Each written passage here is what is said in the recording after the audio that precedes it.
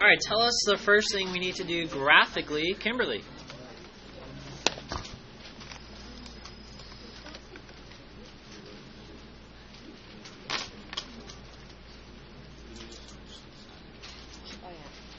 Kimberly.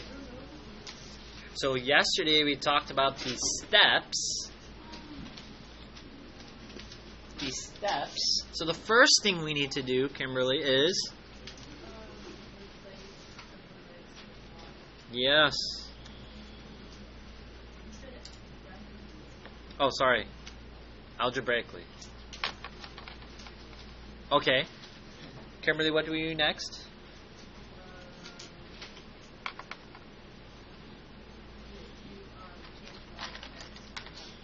Everyone say arrows.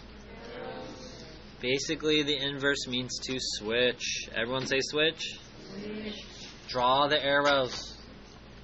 What should you do, class? Draw the arrows. How come I tell you and you guys don't do it on your quizzes and tests? Huh? So draw arrows. Brandon, what should we do next? What should I write, Brandon?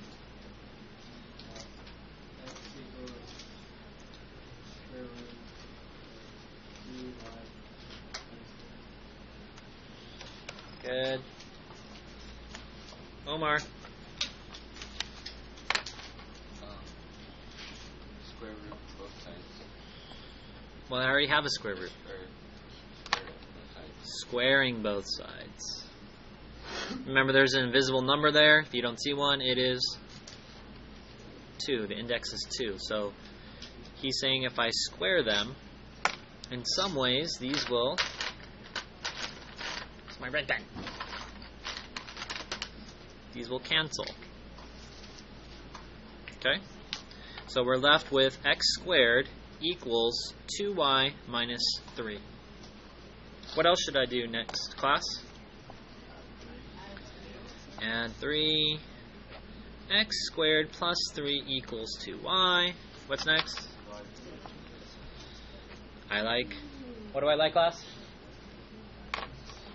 Fractions. Class, tell me the fraction. 1 over 2. So there's a coefficient of 1 here. Plus 3 over 2. Equals y. Remember, if you're kind of going from this step to this step and you don't understand it, think about it going backwards.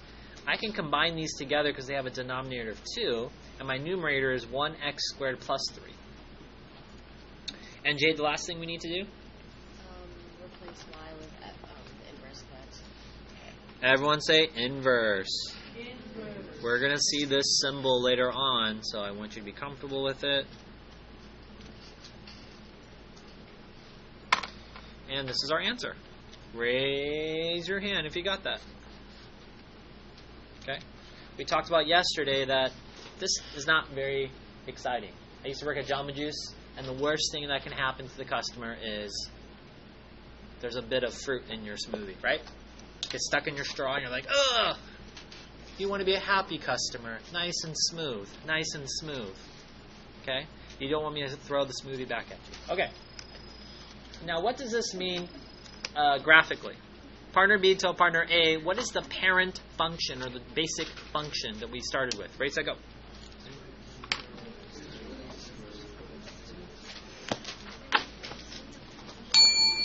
Mia.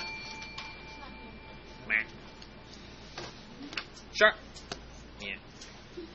Ethan, what is our parent function or our basic function?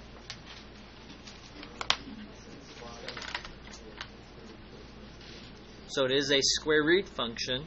And we know that square root functions kind of look like this, yes?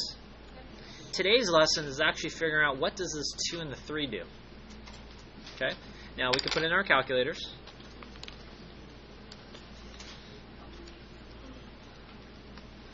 So here's my calculator. I'm going to put in the square root. It's over here by the x squared button. Right there. See it? And then I'm going to put in 2x minus 3. Okay? And then we're going to graph it in Zoom 6. And basically you see in the graph, does it start at the origin? It's kind of shifted over a bit, right? Let me highlight this in orange. So the original function kind of looks like this. Yes? Okay, watch this now. Let's graph what we just found. And I'm not going to clear it. I'm going to go down to the second function. So the nice calculator here can give us colors. So I'm going to do, you can change that to decimals if you wanted to, just so the calculator can read it. So 0.5 x squared plus 1.5.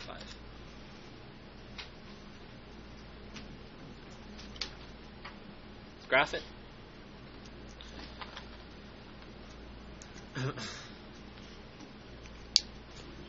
Alright, this graph is in red. It is basically a quadratic.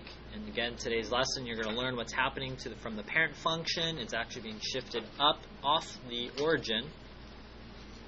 And as I sketch this, I'm actually only going to sketch the right side. And the left side, I'm just going to draw a dotted line. Okay, so you might be asking, why did I do this?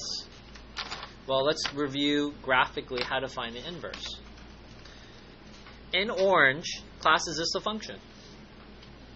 Yes, because it passes the vertical line test. Okay, question. Can I take the inverse of the orange graph? Yes, because it passes the horizontal line test. And so that tells you, yes, you can take the inverse. We did the inverse algebraically, and what it does is that's what the graph looks like. Because remember, it's a reflection over the line y equals x. And you can kind of see, minus the dotted lines, that the orange is reflected over the dotted line that gives you the red graph. So the red graph is the inverse, and the one in orange is the original function. And we didn't get a chance to explain, we didn't talk about it in class, but the reason why I don't have this dotted line is because the restriction in the domain from the original function actually applies to the inverse, and basically the domain and range is switched.